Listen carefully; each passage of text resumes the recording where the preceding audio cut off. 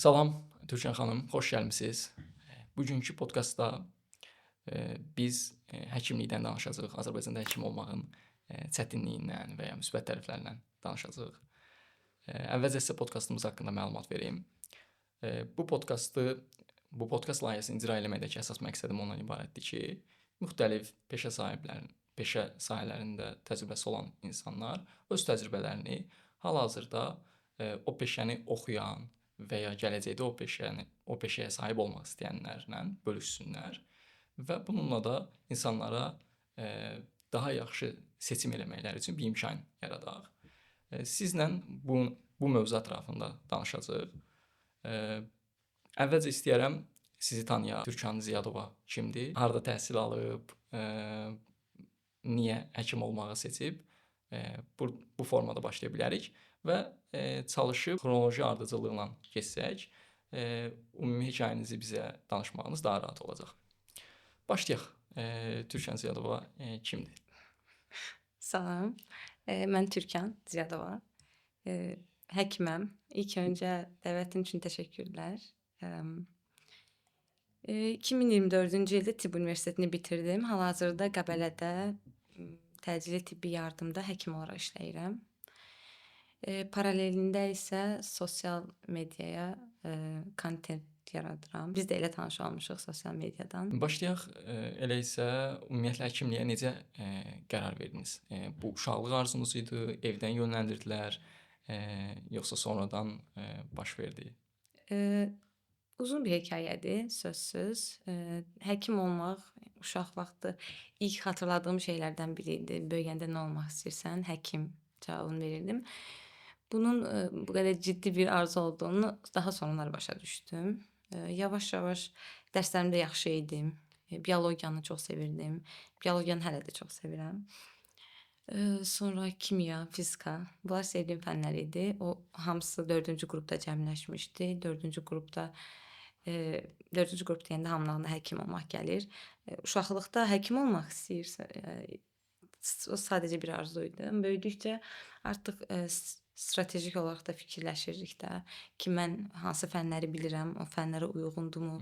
Məsələn, mən biologiyanı, kimyanı sevirəm, amma hüquqşünas olmağı istəsəm o biraz ayrı düşür də. Həm də o şəkildə fikirləşmək lazım gəlir. Bəs qohumlar arasında, ailədə həkim var idi. O uşaqlıqdan sizdə o ehtiyac yaratmışdı. Yəni necəsə sizin bir həkimlə əlaqəniz formalaşmış olmalıdır ki, siz uşaqlıqdan artıq həkim olmaq istəmək kimi bir söz istifadə edəsiniz, bir cümlə istifadə edəsiniz.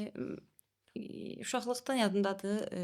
Mənim anam özü həkim olmaq istəyib, o həkim ola bilməyib. Yəni ona biraz başqa mövzulardır. Qadın olduğu üçün oxutdurmur o. İndi elə deyil, amma əvvəl keçmiş dövrlərdə elə imiş. O yadımdadır ki, sanki ona görə mən həkim olmaq istəyirdim, o yadımda qalıb. Dayım həkimdir, qohumlarımın əksəriyyəti həkimdir. Və həkimlərə o göstərilən sayğı, o pərəstiş hissi bəlkə məni buna yönləndirib.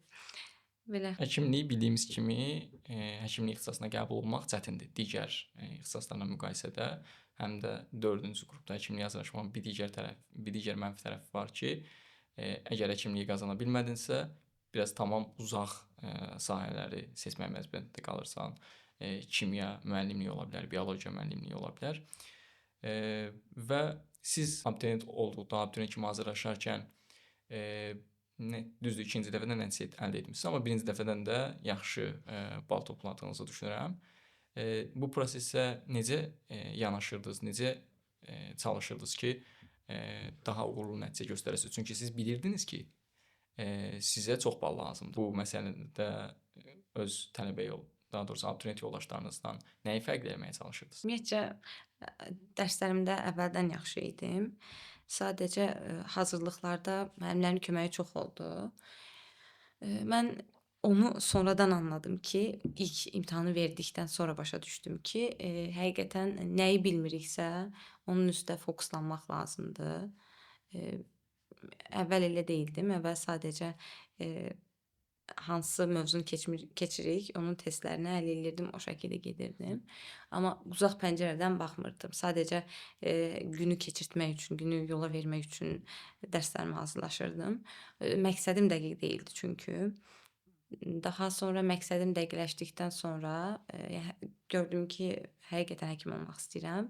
Ondan sonra biraz daha ciddiləşdim və ən mənə kömək olan şeylərdən biri o vaxt mən telefon işlətmirdim. İnternetə çıxışım yox idi. Mənim Özünüz hal-hazırda işlətmirdiniz yoxsa yox, yəni belə alındınız? şərait o şəkildə idi. Bunun müsbət bir tərəfinin olduğunu düşünürəm.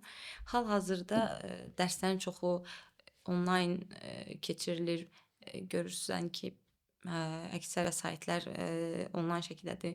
Tapmaq olur. Hə. Telefondan ümumiyyətlə istifadə etmək bu dövrdə lazımdır. Amma mən hardasa 6-7 il əvvəldən danışıram. Onda o qədər də vacib deyildi. Onun məncə çox müsbət bir mənə görə müsbət tərəfləri çoxdur. Daha sonra mənim dərs oxuma metodum hardasa hər gün səhər saat 5-də dururdum dərs oxumaq üçün. 8-ə qədər mən dərs oxuyurdum, 3 saat. Sonra dərsə gedirdim. Məktəb dərslərinin hər gün dərsə gedirdik demək olar ki. Axşam da saat 10-dan axşam 1-ə qədər oxuya bilirdim, 12-yə qədər. Siz həm dərsə gedirdiniz, həm- dərsdən sonra da hazırlıqlara gedirdiniz. Bəli. Bu arada hazırlığı Qəbələdə necə adlandırılır? Hazırlıq deyirlər, yoxsa bizlərdə məsələn məşğələ deyirlər. Hazırlıq sözü istifadə olunur. Məşğələ əgər repetitorla hazırlaşırıqsa, ona məşğələ deyirlər. Amma bizdə müxtəlif kiçik kurslar fəaliyyət göstərir Qəbələdə. Bəziləri Bakıda olan böyük kurslarla filialları kimi, bəziləri isə sadəcə əməkdaşlıq eləyirlər. Mən 2 fərqli kursda hazırlaşdım əvvəl.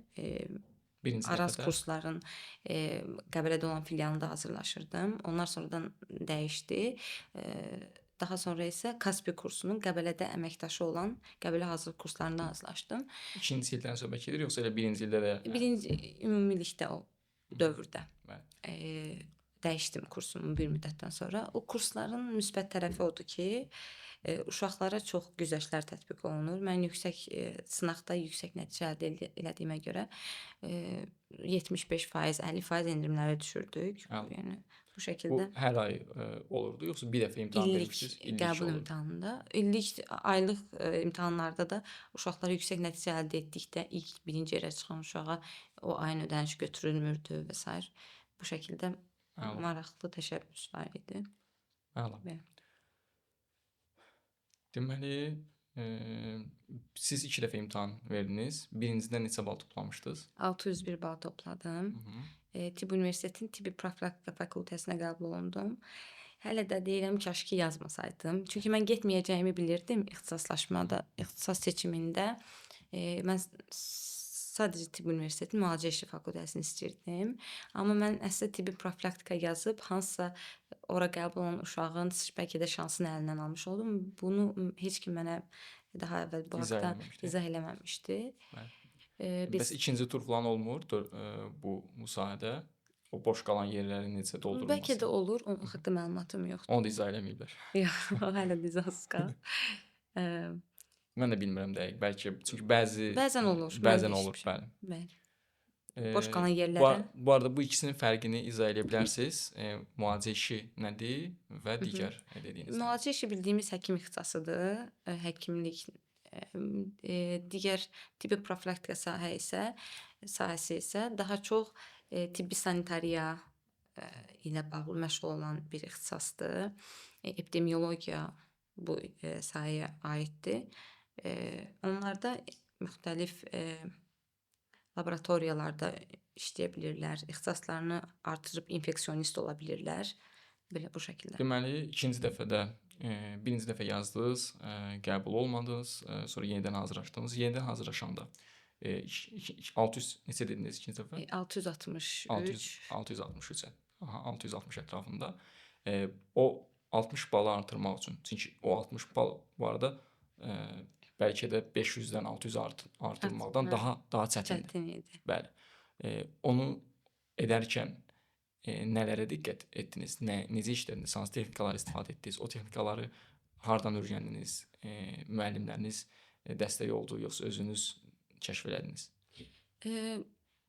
Tək, xatırladığım, artıq bir yerdən sonra, fərqinə vardım ki, bəzi, mövzuları mən tam başa düşmədən digər mövzuya keçmişəm. Hı Bunu hı. bir neçə il hazırlıq dövrlərində də etmişəm. Hələ də yadımdadır. Azərbaycan dilindən tabeli, tabelisiz mürəkkəb cümlələr mənim ən çətinlik çəkdiyim mövzulardan biri idi. Mən onu həmişə keçəndə next, next eləyirdim. Başa düşmədən ötürürdüm. Hə, yəni bir növ proqramı bütövlükdə yenidən işləyirdiniz. Hə, Gəldiniz ora ora çatanda deyirdiniz ki, bunu çatanda yaxşı başa düşmürəm, hə, keçirdiniz və elədiyim ən növbəti. böyük səhvlərdən biri də düşünürdüm ki, hə, tabel, tabelsiz mürəkkəb cümlədən hərəsindən bilirəm ki, qəbulda bir sual düşəcək. Hı hı. Bir sual düşə bilər. Yəni. Onu da Hə. yazmasam heç nə olmaz Amma deyirdim, amma amma sizin şərtlər altında elə deyil. elə Çünki deyildi artıq. bəli. Sonra sadəcə ondan deyildi.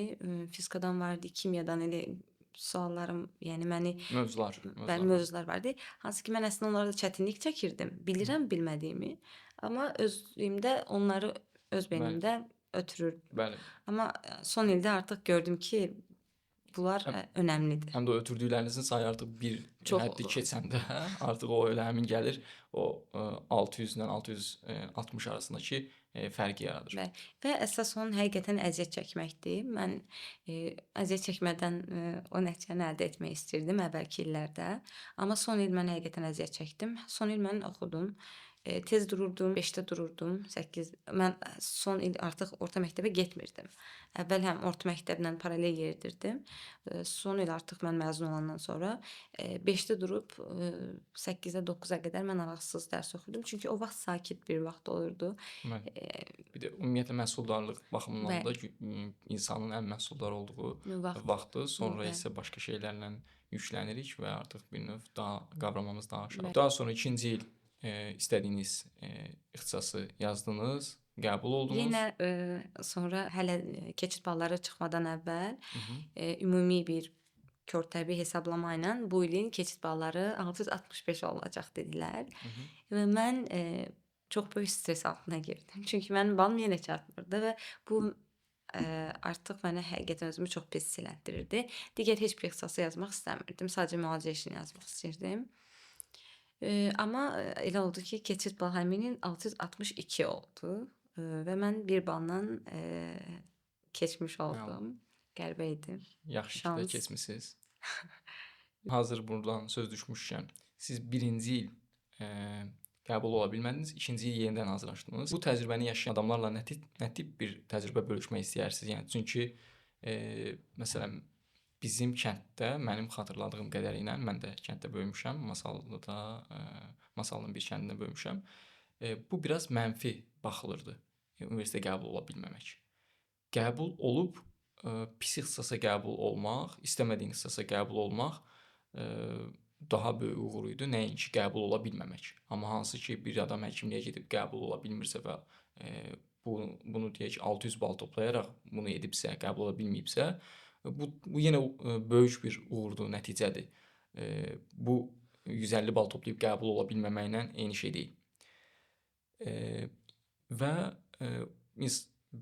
onunla bağlı bir neqativ fikir var. Siz də elə bir şey hiss elədinizsə, bunu necə aşdınız? Ümumiyyətlə bununla bağlı nə təcrübə bölüşmək istəyirsiniz? Həmin il anladım ki, mən yüksək balla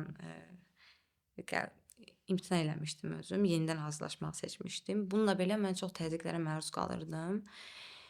İnsana dəstək olmaqdan daha çox təzyiq göstərirdilər və ən çox istifadə etdiyi cümlələr isə gələn il daha az bal toplayacaqsan, sənin balın getdikcə düşəcək, getməliydin keçən il. Bunu kimlər deyirdi misal üçün? Ətrafımdakı insanlar, amma ailəmin dəstəyi ilə o stressdən çıxa bildim. Ətrafınızdakı insanlar dediyimiz yaxın qohumlar misal Bəli, üçün. yaxın qohumlar, Bəs müəllimlər məsələn, müəllimlərdən bu sözü eşitdiyiniz olurdu? müəllimlərdən çox qəribə idi ki, onlar hamısı mənim getməyimi istəyirdilər. Bəzi bir neçə Yenidən müəllimim hazırlaşmaq yox, getməyinizi Hə. istəyir. Hansı ki maddi olaraq onlara yenidən hazırlaşmağınız sərf eləyir. sadəcə bəzi müəllimlərimiz məni dəstəklədi. Qalan əksəriyyət getməliydin, yox ixtisas oxumalıydın oldu. Yəni onlar da yəqin inanmırdılar. Çünki ikinci il hazırlaşmaq biraz sənin yaşıdların hamısı artıq universitetdədir. Sən hələ hazırlıq dönəmindəsən. Mental olaraq bu biraz çətin gəlir, amma nəticəyə fokuslanmışdım mən və istədiyim bir şey vardı. Onun üçün mübarizə aparırdım və bu mənim üçün mənə özümü əslində yaxşı hiss elətdirirdi. Zaman-zaman hətta sınaq imtahanlarında mən balım 550-lərə düşürdü. 500-ləri topladığım vaxt qohumlarımızdan bəziləri gördün, sən keçən il Demişdik. getməliydin falan dedilər, amma bu əksinə məni daha çox hirsləndirib, biraz daha çox çalışmağıma gətirib çıxardı. Abituriyentlərə isə məsləhətim odur ki, ilk öncə oturub fikirləşsinlər həqiqətən nə istədiklərini. Bu çox önəmlidir. Hansı ixtisası istədiklərini. Bəziləri sadəcə universitet oxumaq istəyir. Bəziləri sadəcə yaşadığı yerdən çıxıb Bakıya köçmək istəyir. Bu məndə də var idi. Mən də artıq yəni Bakıya köçmək, tələbə həyatını yaşamaq istəyirdim. Amma o sadəcə 4 illik bir dönəmdən ibarət deyil. Sizə böyük qapılar aça biləcək bir pillədir. Bunu nəzərə alaraq yanaşsalar daha yaxşı olar özləri üçün. Çünki o universitet sadəcə müəyyən bilikləri ötürmək üçün olan bir məkan deyil. Eyni zamanda müxtəlif insanlarla tanışmağı, Bəli. müxtəlif sosiallaşmaq üçün mühitdir, bəli. Təəssüf ki, Azərbaycanda o hissə, universitetin o hissəsi zəifdir. Zəifdir, bəli. Bəli, amma yenə də bir mühit var. Amma digər ölkələrlə, əsasda kinolardan gördüyümüz, xaricdə təhsil alan dostlarımızdan, tanışlarımızdan eşitdiyimiz, mənim özümün də bir ara təcrübəm olub, 6 aylıq təcrübəm olub. Daha yaxşı müqayisə etmə şansım var. Azərbaycanda təəssüf ki, o mühit çox pisdir. Misal üçün mən Polşada təhsil almışam 6 ay. Daha sonra pandemiya oldu və mən Azərbaycana geri qayıtdım. Tələbə yoldaşlarımızla bir yerdə kitabxanada yerdə oturub, hansı ki orada yerdə oturmaq üçün da şərait var. Məsələn, Azərbaycanda mənim oxuduğum Bakı Dövlət Universitetində belə bir şərait yox idi. Yerdə oturmağın bəs nə üstünlüyü var desəz, niyə bunu belə vurğulama ehtiyacı duyuram? Bir insan biraz daha rahat ola bilir. Bir oxumağı biraz daha bəlkə də əyləncəli, bir müzakirəni daha əyləncəli hala gətirir. Stol ətrafında oturub belə bütün günü belə qalıb nə isə müzakirə eləməkdənsə daha xoş bir mühitdə biraz oyun oynayar kimi nə isə müzakirə eləmək hissi yaradırdı. Və o çox yaxşı idi həqiqətən. Orada o hiss etdiyim o bir layihə verilirdi. 4-5 nəfər bir yerdə işləməyə məcbur olduğumuz və onun ətrafında biz otururduq, işləyirdik, suallarımız olurdu bir-birimizə, fikirlər gəlirdi. Bu çox dəyərli idi və mən də düşünürəm ki, ümumiyyətlə universitetdə bir tərəfdə təhsil, bir tərəfdə mühit, bu ikisini qarşılaşdırırsalar, mən mühitin bir insanın yetişməyi üçün daha vacib olduğunu düşünürəm. Nəinki mühazirələrdə verilən dərslərin. Hələ ki, bugünün şərtləri altında. Deməli, qəbul oldunuz, daha sonra bu çətin dövrdən sonra qəbul oldunuz. Qəbul olanla o həmin adamlara nəsə dediniz, hansı ki deməmiş olmasınız. Demədim. Heç kimə heç nə demədim. Onlar təbrik elədilər. Çox sağ olsunlar. Nə deyə bilərəm ki? Bəli, artıq qəbul olmağından demişdiniz onsuz. Bəli. Əla. İndi başlayaq universitetdən, amma universitetdən əvvəl siz Bakıya, daha əvvəl Bakıya gəlib gedirdiniz ümumiyyətlə? Heç. İlk Bakıya gəlişim universitetə qeydiyyat üçün olmuşdu. İlk dəfə ümumiyyətlə Qəbələdən Bakıya gəlməm universitetə qeydiyyat üçün. Nə maraqlı. Bəli. Məsələn, mənim üçün elə olmayıb. Ona görə buralardan daha çox sual verib o hissi eşitmək istəyəcəm. Mən bir ara Azərbaycanda Gəncədə də təhsil almışam. Magistr təhsil almışam. Orada təxminən 35-40 yaşlı bir qadının, üstəlik belə fiziki olaraq xoş görünüşlü bir qadının, yəni özünə baxan bir qadının ən böyük arzularımdan biri Xəzəri görmək, Bakını görmək dil sözünü eşitmişəm belə ondan və mən şok keçirdirdim ki, yəni mən o düşünməzdim də o adam elə bir kiçik bir hədəfi olsun, elə bir cümlə işlədə bilsin. Çünki insanların şərtləri fərqli olur. Mənim şərtlərimdə biz Bakıya gəlib gedən bir ailə olmuşuq. Bu onu mən hiss eləmirdim. Amma orada mən gördüm ki, bu deməli həqiqətən biraz çətin bir şeymiş. Yəni əslində deyil Əslində təbii ki. çətin deyil. Əlbəttə deyil. Deyil, amma həqiqətən insanların elə şərtləri olur ki, onlar Şərtlərdən daha çox hı. beynimizdə özümüzə qurduğumuz sərhədlərlə əlaqəlidir. Ətrafdan eşitdiyimiz, Məsələn, sizin gördüyümüz. uşaqlıqdan Bakıya gəlməmiş olmağınız böyük ölçüdə şərtlərlə Hə, əlaqəlidir. Bəli. Amma o qadını bəli, oradan kənar tutmaq olar, çünki onun müəyyən artıq 40 yaşda yaşı var idi. olmalıdır. Bəli. Amma yenə də orada müəyyən bir şərtlər var. Kimlənsə evlənib deyək ki, evləndiyi adam ailə fərqli formada davranıb, onun elə dostu, ətrafı olmayıb ki, söhbətlər feminizmə doğru gedir. Doğru ətrafı, dostları olmayıb ki, o görsün ki, bir alternativ mövcuddur. Onun bütün dostları ətraflı, onların da arzuları Xəzəri görmək olub misal üçün. Hətta Həqiqətən. bəzilərinin bəlkə heç arzuları Xəzəri yox, deyək ki, Kəpəz dağın Göygölü görmək olub deyək ki, daha yaxın bir şey. Və o şərtlər altında təəssüf ki, insanlar bunun nə qədər balaca bir arzu olduğunu müəyyən edə bilmirlər. Onlar üçün əslində o böyük arzudur. İndi keçək sizin o təcrübənizə ki, gəldiniz, Bakı necə hiss elətdirdi? Köydən indim şəhərə. Həqiqətən elə hiss eləmişdim bu arada. Qəribə bir hiss idi. Qəbələ o vaxtlar sizin o abituriyent vaxtınızda heç indiki qədər də yəqin inkişaf eləməmişdi daha. İnkişaf etmişdi, yəni. Etmişdi. Ondan Qəbələ qonaq daha çox qalmaq qəbul edən rayonlardandır. 5 ulduzlu otellərin məkanıdır, hələ də elədir. Bilmirəm nəyə görə, yəni rast gəlməyib. Bizim orada qohumumuz yoxdur çox. Kim gedib gediş-gəliş olsun. Var. Yox, mən o hissə aydındır. Dediyimiz kimi, böyük ehtimalla şərtlərlə Yəni əlaqəlidir. şərtdən əlaqəli Bəli, var. amma mən daha çox sizin özünüzün gələrkən, özünüz artıq gəldiniz, getdiniz, sənədlərinizi verdiniz. Orada necə hiss elədiniz? Qəribə hiss edirdim. Belə o kinolarda, filmlərdə olan o səhnələri mən Bəli. yaşadım. Və binalara böyle bu boyda binalar. Qəbələdə maksimum 5 mərtəbəli binalar idi və mən belə 20 mərtəbə binaya baxıb belə şey oluram ki, bu boyda bina olar. Şəhər çox böyük idi. Avtobuslar, metrolar çox qarışıq gəlirdi gözümə. Tək idim universitetə gəlmək üçün yol tapmaq, səhv avtobusa minmək, oradan tezdən qayıtmağa çalışmaq filan. Belə şeylər çox yaşadım. Sonunda öyrəndim. Və sosial tərəfi necə? Məsələn, qrup yoldaşlarınızın arasında Bakıdan olan qrup yoldaşlarınız var idi? Var idi. Əksəriyyəti ilə Bakıdan idi. Çox çətinlik çəkdim əslində. Belə bir həmişə mən bunu deyirəm tez-tez ətrafımda da. Mən orta məktəbdə yaxşı oxuyan bir tələbə idim, abituriyent idim. Eləcə də kursda. Podkastın əvvəlindən artıq bir neçə deyirsiniz. Yəni demək istədiyim nədir? Məktəbin yaxşı oxuyanı idim, kursun yaxşı oxuyanı idim. Hər kəs məni tanıyırdı ətrafımda.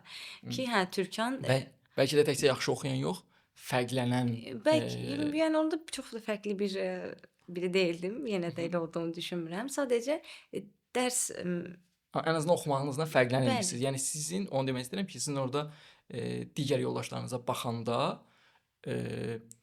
siz özünüzü kifayət qədər sosial, aktiv və s. bəlkə də müşahidə edirsiniz. Və yüksək nəticə, hamı məndən yüksək nəticə gözləyirdi. Həkim kimi baxırdılar artıq. Mən kursda olarkən müəllim ilk dəfə bizim bir hazırlıq, mənə tarix hazırlıq müəllimi idi. Kursda ancaq məni tanıyırdı.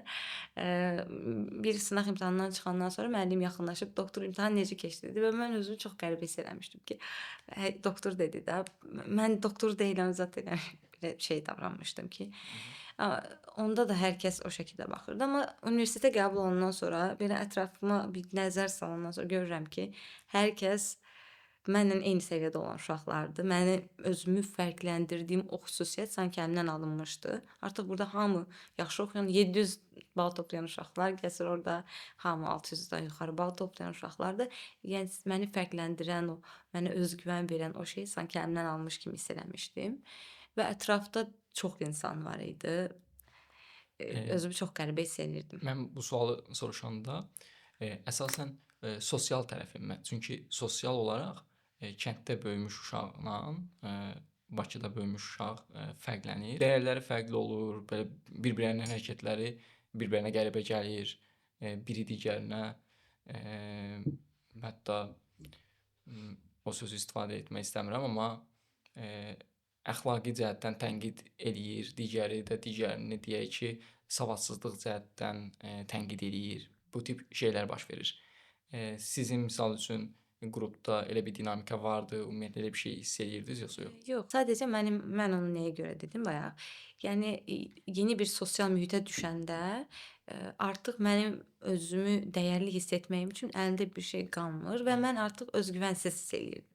İlk 2 ilim mən özgüvənsiz şəkildə getdiyimi xatırlayıram. Bizim uşaqların əksəriyyəti bir-birinə bullying eləyən tipdə uşaqlar deyildi. Əksəriyyətin də sosial duyğusal zəkası kifayət qədər yerində olan uşaqlar idi. Belə. Bəli.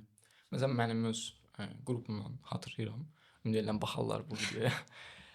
Orada mən yenə daha əvvəldən Bakıya gəlib gedən və artıq böyük qardaşım və ya əmimoğlu və sair tələbə olmuşdu deyə mən biraz fərqlənirdim digər rayondan gələn uşaqlardan.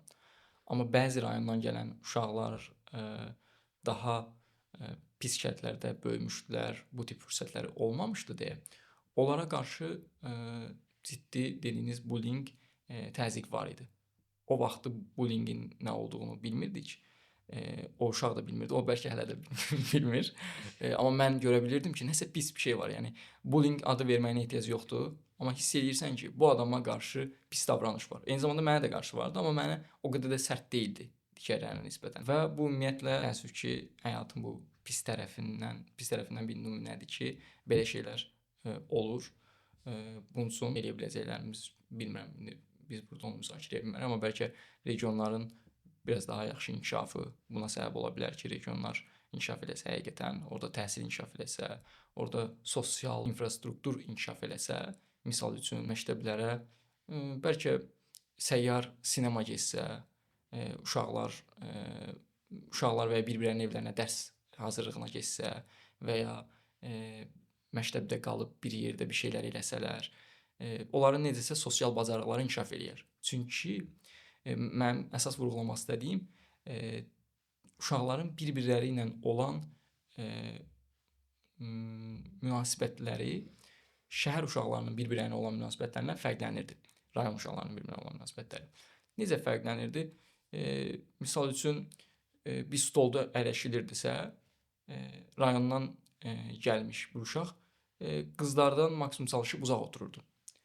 Hətta mənim məşğələ vaxtından bir uşaq yadımdadır. O bir mərtəbə aşağıdan gəlirdi. 3-cü mərtəbəyə çıxırdıq. 3-cü mərtəbəyə çıxırdıq. Biz gəlib ümumiyyətlə o girişdə dayananda, binanın girişində dayananda o yolun qarşı tərəfində dayanırdı, gözləyirdi və daha sonra Dialoq yaranmasını istəyir. Necə? Dialoq qurmaq istəmir. Ya dialoq qurmaq istəmirdi, ya da o formada görmüşdü, elə olmalı olduğunu düşünürdü.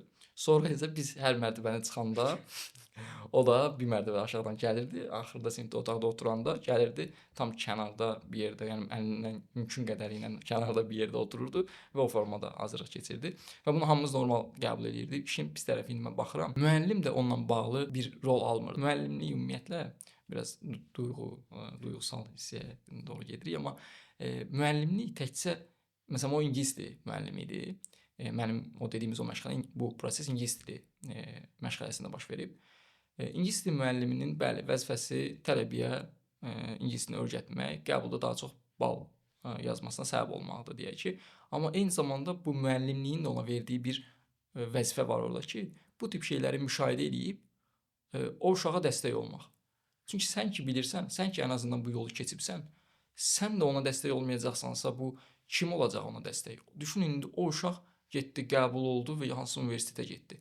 Orada necə bir hisslər keçirdəcək, necə ona təzyiqlər olacaq və o ingilis dili müəlliminin orada şansı var idi ki, onu biraz müsbətə doğru dəyişsin. Belə biraz çox danışdım. Əlavə eləmək istədiyiniz varsa, buyurun. Düşünürəm ki, indi yavaş-yavaş hər kəsin internetə, sosial mediaya çıxışı var və səviyyələrin artıq rayonda olsa da, ucqar bir kənddə olsa da, şəhərin ortasında olsa da, eyni internet resurslarına, eyni mənbələrə çıxışı var və o kəskin fərqlər yavaş-yavaş aradan qalxır.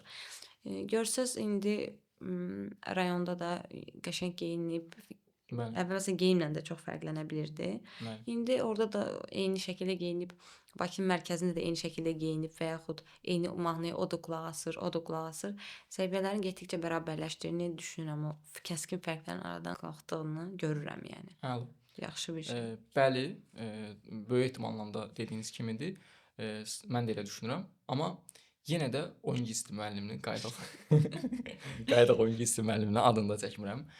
Oyun gizli müəlliminin o qədər kəskin fərq olmasa da yenə bir fərq olacaq orada. Çünki bəzi uşaqlar yenə rayonda, kənddən gəlirlər. Bəzi uşaqlar rayonda, rayon məktəblərində oxuyurlar.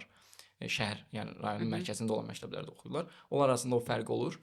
Bəlkə bu qədər kəskin fərq olmayacaq, amma olan fərqi azaltmaq istiqamətində də nələrsə edə bilər. Müəllimin vəzifəsi onsuz da müəyyən bir kəskinlikdə araya girib düzəltmək deyil. Nə qədər imkanı çatırsa, resursu nəyə çatırsa, o qədər müsbət təsir edə bilməkdir. Yəni bu fərq bu qədər də olsa eləməlidir. Bu qədər də olsa eləməlidir. Bu qədər olanda buna çatdıracaq qədər eləyəcək. Bu qədər olanda buna çatdıracaq qədər eləyəcək. Yəni ona görə düşünürəm ki, hələ də bu aktivdir. Baxmayaraq ki, dediyiniz kimi azalıb, mən də həmfikirəm. Amma müəllimlərə, ümumiyyətlə təkcə müəllimlər bura aid deyil. Bəlkə də sürücülər, misal üçün, sürücü işləyən adamlar olur ki, onlar uşaqları kəndlərdən rayona aparırlar. Məsələn, onlar belə bu tip şeylər müşahidə edəndə sadəcə o uşaqla danışa bilər.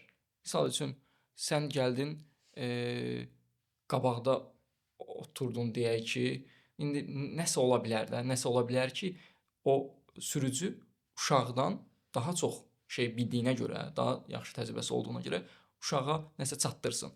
İndi düzdür, bilmir bəlkə də sürücülərin əksəriyyəti, amma bilənlərə ən azından belə bir məsuliyyət düşür. Mənim onsuz da bu podkastıma hansı sürücü baxacaq. Bəli, bilməyənlərin baxma ehtimalı daha azdır. Bilənlər ən azından bilsin ki, biz gənclər olaraq onlardan belə bir açıq ünsiyyət nümunəsi görmək istəyərik. Mən məsələn Mən düşünürəm ki, sözü gedən ingilis dili müəllimi ya da həmin o sürücü, hər hansı bir sürücü, onlar həmin o uşağa, əvvəl danışdığım uşağa qəribə baxmayıblar və bunu normal qarşılayıblar. Mən amma elə olmadığını iddia edə bilərəm. Çünki həmin o müəllim də ondan, onun o hərəkəti ilə zarafatlaşıb bullying eləyirdi, misal üçün. Bəli. Hə, o cür mən artıq heç şey deyə bilmirəm. Misal üçün onu xatırlayıram ki, kənddən gələn uşaqlara qarşı müəyyən fiziki hərəkətlər göstərirdi.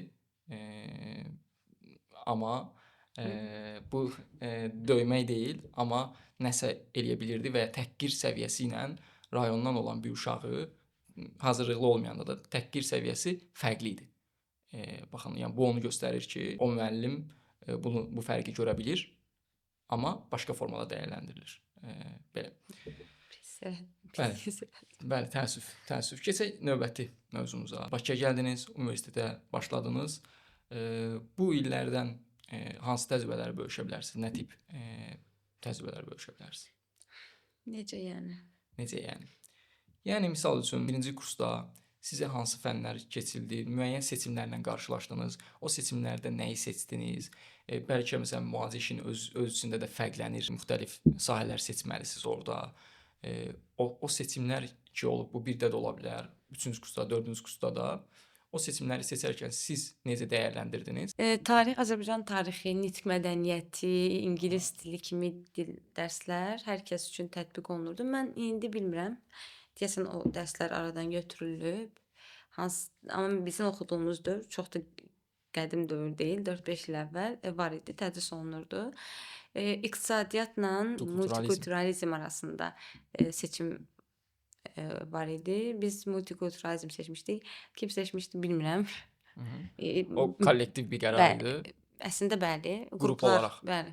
Yəni kimsə bir hissəsini seçib, bir hissəsini seçə bilmək olmazdı. Xeyr, elə deyildi. Patok olaraq seçilirdi.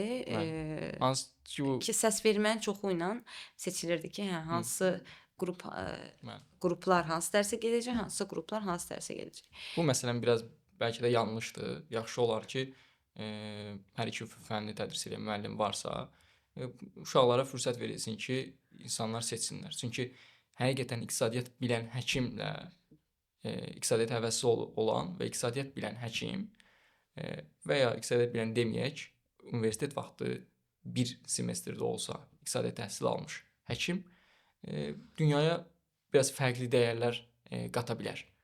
Eyni formada da digər fənnini almış və ona görə fürsət yaratmaq lazımdır ki, o həkim əgər ona həvəsi varsa, ora yönəlsin, digər həkimlərin digərinə həvəsi varsa, digərinə yönəlsin. Yəni bu kollektiv qərar olmaq məcburiyyətində deyildir. Kollektiv qərar yenə ola bilər, amma ən azından iki tərəfə də müəyyən tələbələr yönələ bilərdi. Elədir, amma biraz qarışıqlıq olur elə olanda da. Hansı tələbənin hara getməyini, hamısını bir-bir qeydiyyata almaq, yazmaq yəqin ki, çətinlik törədəcəkdir müəyyən. Əlbəttə elə universitetin amma işi o çətinliyi aradan qaldıran sistemlər qurmalıdır. Universitet dediyimiz onsuz da belə bir şeydir. Onsuz da uşaqları yığıb aparıb bir yerə deyək ki, toplasan, məsələn, tibb universitetinin neçə tələbəsi var təxminən? Deyək ki, bir rəqəm deyək, məsələn 5000 tələbəsi var. 5000 adamı aparıb bir yerə yığsan, desən ki, bu müəllimlər, bu da siz. Yəni müəllimlər sizə təhsil versin. Bu çox çətin bir şeydir, düzdür, qarışıqlıq bir şeydir. Universitetin elə işi bunu strukturlaşmış hala gətirib, bəli, yaxşı formada bu sistemi, bu təhsil prosesini təşkil eləmək. Nəticə olaraq mən demək istədiyim, yəni çətin olmağına baxmayaraq aşıla biləcəsi bir problemdir. Bəli, keçək. Onda bununla bağlı bir yönləndirməniz yoxdur. Aydındır. Bəs sonrakı illərdə də yenə belə bir ixtisas seçimi və sair kimi bir şey olmadı. Daha sonra klinik fənlərə keçirik. Klinik fənlər daha maraqlı keçir. 3-cü kursdan sonra tədris olunur. Bunda artıq biz klinikalara, xəstəxanalara gedirik. Dərslər xəstəxanalarda tədris olunur. Artıq biz birbaşa həkimlər bizə dərs keçir. Əgər bəzi həkimlər bizi öz xəstələri ilə kontakta girməyə icazə verir. Onlardan anamnez almağımıza kömək eləyir. Bəzi cərrahlar özlərinin əməliyyatı aparır. Artıq 3-cü kursdan sonra universitet daha maraqlı hala, daha çətin, ancaq daha maraqlı hala gəlir. Məsələn, o prosesdə tələbələrin fürsəti olurmu hansı həkimi seçsin? Əvvəldən dərs cədvəli çıxmadan əvvəl 15 sentyabrdan artıq uşaqlara o cədvəllər paylanır və hansı müəllimə, hansı qrupa hansı müəllim tədris edəcək, o şəkildə əvvəldən müəyyənləşdirilir. Ancaq xüsusilə siz özünüzə dərs keçən müəllimdən narazısınızsa, daha əvvəlki uşaqlarla, əvvəlki illərin tələbələri ilə biraz bu haqqda danışmısınızsa və o müəllimin çox da yaxşı olmadığını düşünürsünüzsə, gedib dekanlığa müraciət edib müəllim dəyişdirmək olur. Biraz uzun prosesdir. Amma deməli burada bir şey çıxdı ortaya. Siz əgər 3-cü kursdasınızsa, daha əvvəl 3-cü kursu keçmiş tələbələrlə ünsiyyət qurmaq, onlardan həkimlər haqqında öyrənmək yaxşı bir ipucu ola bilər, yaxşı bir təcrübə ola bilər. Yəni bunu dəyərləndirsinlər.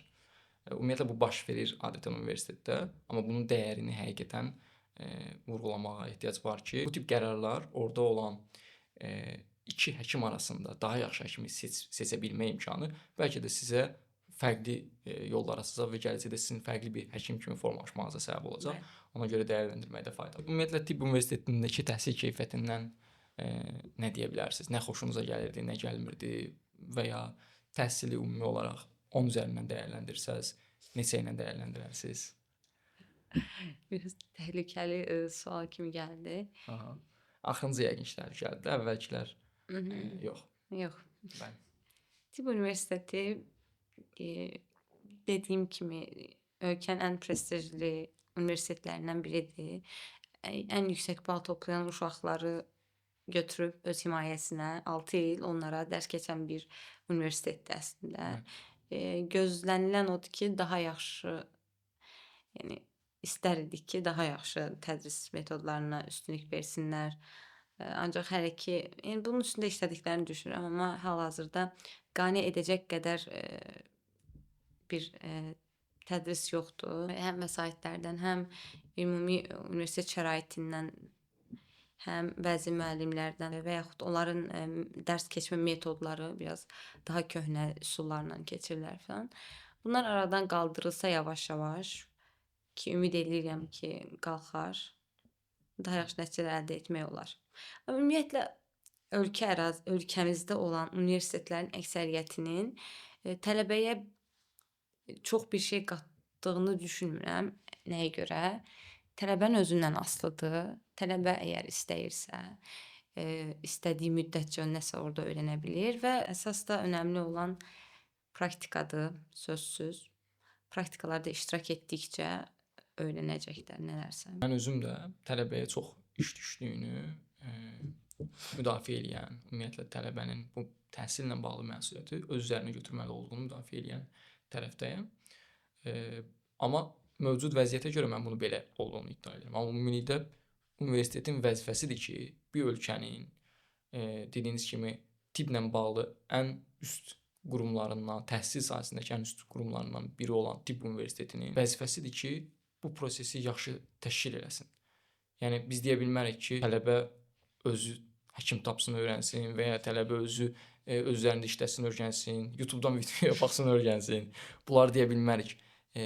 Tibb universitetinin belə bir vəzifəsi var. Bu vəzifə necə olub formalaşır? Bu vəzifə tibb universitetinə yəqin ki, dövlət büdcəsindən illik müəyyən qədər büdcə ayrılır. Heç az büdcə olmaz yəqin ki. Azdırsa da artırılmalıdır. O büdcəni alırsa, o büdcədən maaş alan, orada minlərlə işləyən adamlar varsa, onların vəzifəsidir ki, bu uğurda, bu prosesi daha yaxşı təşkil etmək uğrunda mübarizə aparsınlar və hər keçən il bir əvvəlkinə görə daha yaxşı olsun.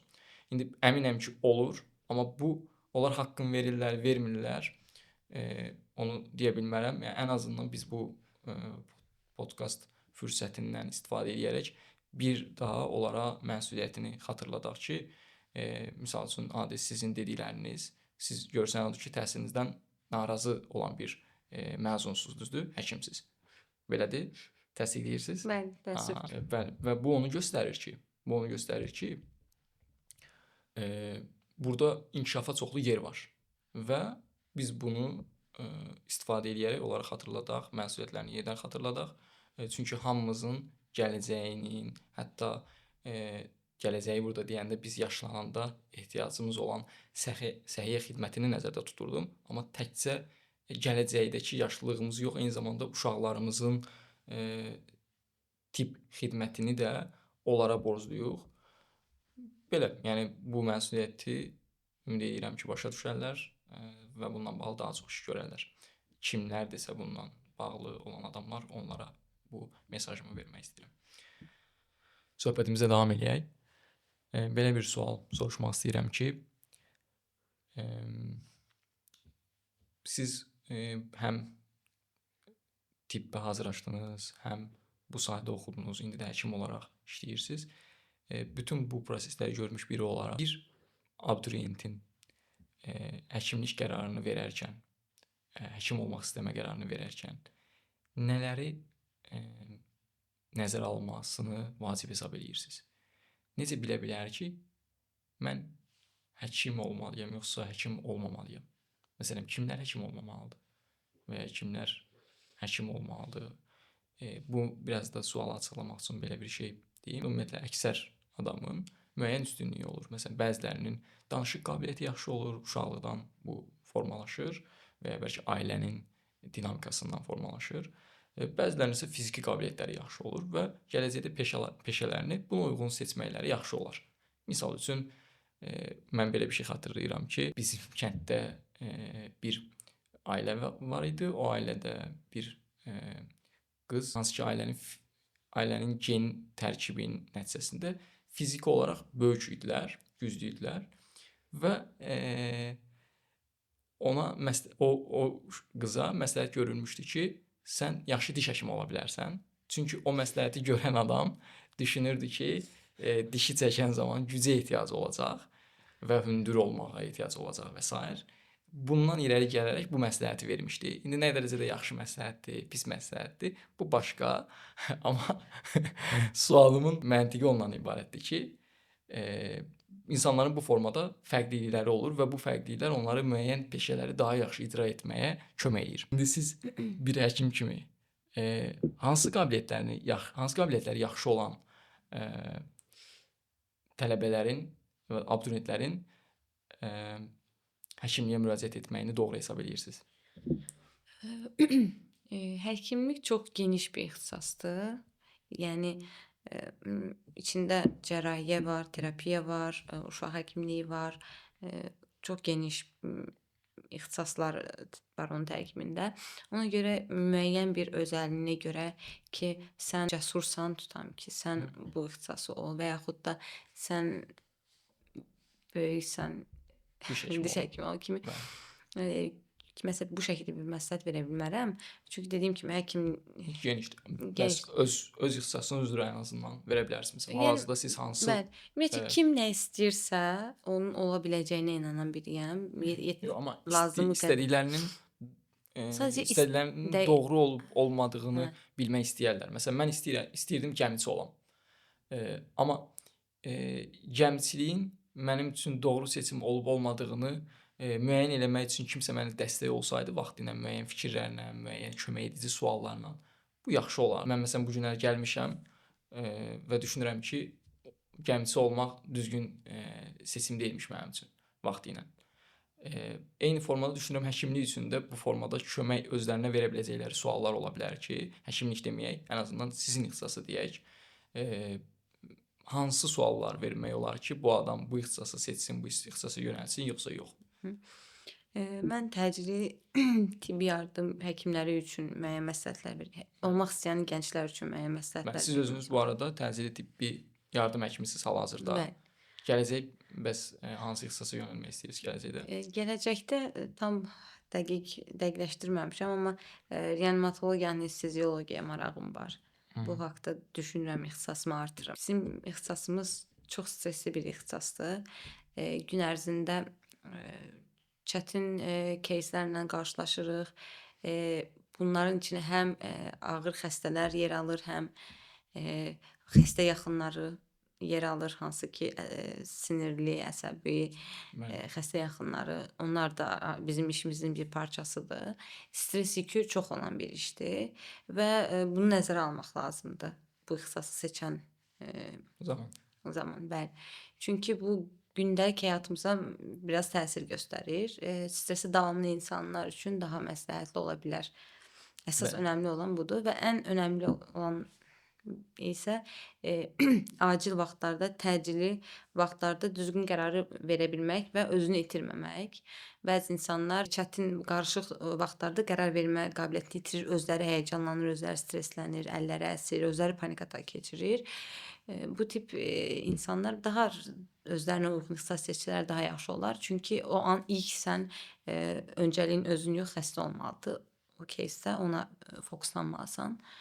Buna diqqət yetirməlidirlər deyə düşünürəm. Bizdə tələbələrdə ilk birinci, ikinci kurslarda universitetdə meyitxanamız var idi, morq. Morqda meyitlər var idi, üstü işlənmiş meyitlər olurdu. Dərsə çıxardılıb əzələlər göstərilirdi, bəzən iç orqanları göstərilirdi. İlk biz anatomiya dərsinə aid meyitxanaya getməsəydik falan çox istəyirdik. Amma meyitxanaya bizi düşürdüklərində bir neçə insanın bayıldığını xatırlayıram, müxtəlif uşaqların ki yadımdadır. O bayılmaq ümumiyyətlə bir həkim kimi, biologiya bilən biri kimi, anatomiya bilən biri kimi nədən doğru ortaya? Bayılmaq sinkopal vəziyyətdir. Bayılmaq xəstənin təzyiqinin sıfıra qədər ani olaraq enməsi. Düz vəziyyətdə olan xəstələrdə təzyiq ani olaraq sıfıra qədər düşür. Xəstə uzanır və ona uzanlı bir şəkildə pozisiya vermək lazımdır. Yerə paralel uzatmaq lazımdır. Ondan sonra onun təzyiqi yavaş-yavaş qalxmağa başlayır və xəstə yavaş-yavaş özünə qayıdır. Yəni Bəs nədən yaranır o bayılmaq hissi? Mən məsələn belə bir şey eşitmişəm ki, bu bir mexanizmdir, qoruma mexanizmidir. Ola bilər. Çünki təhlükəli bir şey var və bayılmaq o anda yaxşı bir reaksiya ola bilər. Bu həmişə belə deyil. Həmişə elə deyil təbii ki. Amma bəzi hallarda belədir və bir növ bu təkamüldə də bu mutasiyaya sahib olmuş adamlar sağ qalıblar deyə bir müddət. Çünki nəsə bir təhlükə olub, o anda bayılıblar və qaçmaq yerinə misal üçün qalıblar və bu onların həyatlarını xilas edib. Oradan gələn bir şeydir bayılmaq, Ola belə bir bilər, şey yəni eşitmişəm. mən Bəlkə də, eşitməmişdim bu bəli, mövzunu. bəlkə də belə deyil. Araşdırmaq olar yenə. Hə, Gələcək maraqlı bir mövzudur. kanalımızın gələcək videolarından biri Mövzusu olsun. olsun. Bəli, və Evrim Ağacını araşdıra bilərsiniz. Evrim Ağacından baxa bilərsiniz, orada olmamış olmaz. Evrim Ağacı ümumiyyətlə dəyərli bir kanaldır. Mən uzun müddətdir izləyirəm. Hələ ki sizin ixtisasa yaxın adamlar üçün çox yaxşı kanaldır. İndi biraz da mühəndislik, texnologiya tərəfinə də keçiblər, amma orada elm və ümumiyyətlə biologiya, təkamüllə bağlı çoxlu yaxşı məzmunlar var. Siz danışırdınız, bayılanlar olmuşdu. Bəli. Yəni bəli, onları çıxartmışlar otaqdan. Siz bayılanlardan deyildinizsə? Yox, Əla. deyildim. Bəs sizə necə hiss elətdirdi orada olmaq? Çox həyəcanlı idim. Gözlədiyim kimi deyildi. Mən orada yeni insan görəcəyim, yeni insan meyiti görəcəyimi düşünürdüm, amma o illərdən qalma meyit imiş orada. Yeni deyilmiş. Formalində saxlanılan, xüsusi məhlullarda Aha, saxlanılan bəs meyitlərdir və artıq quruyub və çürümə prosesi getmir. Həm də formalinləyib dərmanda qaldı onlar. aynen. Ona görə çürümə prosesləri getmir. Bəs bir bağlı bir şeyin içərisində idi, yoxsa açıq haldaydı? Mənfi bir morqdur və hər otaqda hər otaqda müəyyən preparatlar sərgilənir. Məsəl üçün biz ilk getdiyimiz dərisi soyulmuş meyit idi. Orada xəstənin deyirəm, meyitin əzələləri görsənirdi. Bizə bir əzələ hansı sümüyə bağlanıb falan bu şəkildə göstərirdilər. Üstü yaş dəsmallarla örtülürdü, formalinli məhlul. Onun içində qalır. Daha əvvəllər meyitlər tapılmağı daha rahat imiş. Artıq amma biraz çətindir. Universitetə meyit gəlməsi. Böyük ehtimalla bu Sovetdən qalma meyitlər də olar. Yox, Sovet dövründə meyitlər xəstəxanalara daha tez-tez meyit gəlirdi. Evsizlərin və yaxud da müxtəlif özünü bağışlamaq istəyən insanlar meyitləri gəlirdi. Onun üstündə preparat işləyirdilər tələbələr. Amma hal-hazırda bəzi qanun dəyişikliklərinə görə xəstəxanalar yəni meyit icazə verilə bilmir. Onlar gedir xüsusi qurumlar tərəfindən tapılır, valideynlərinə, ailəsinə təslim edilir və yaxud yüksək qəbirstanlıqlarda dəfn edilir. Adamların ilk gələn olur ki, müəyyən ödəniş qarşılığında kimlərsə bağışlanmanı istəyə bilərsən, amma bu işin etik tərəfi də var ki, ödəniş qarşılığında bunu eləyə bilmir. Əslində alan razı, verən razı, amma burada pul qarşılığında bunu etməyə icazə vermir. Maraqlı mövzudur.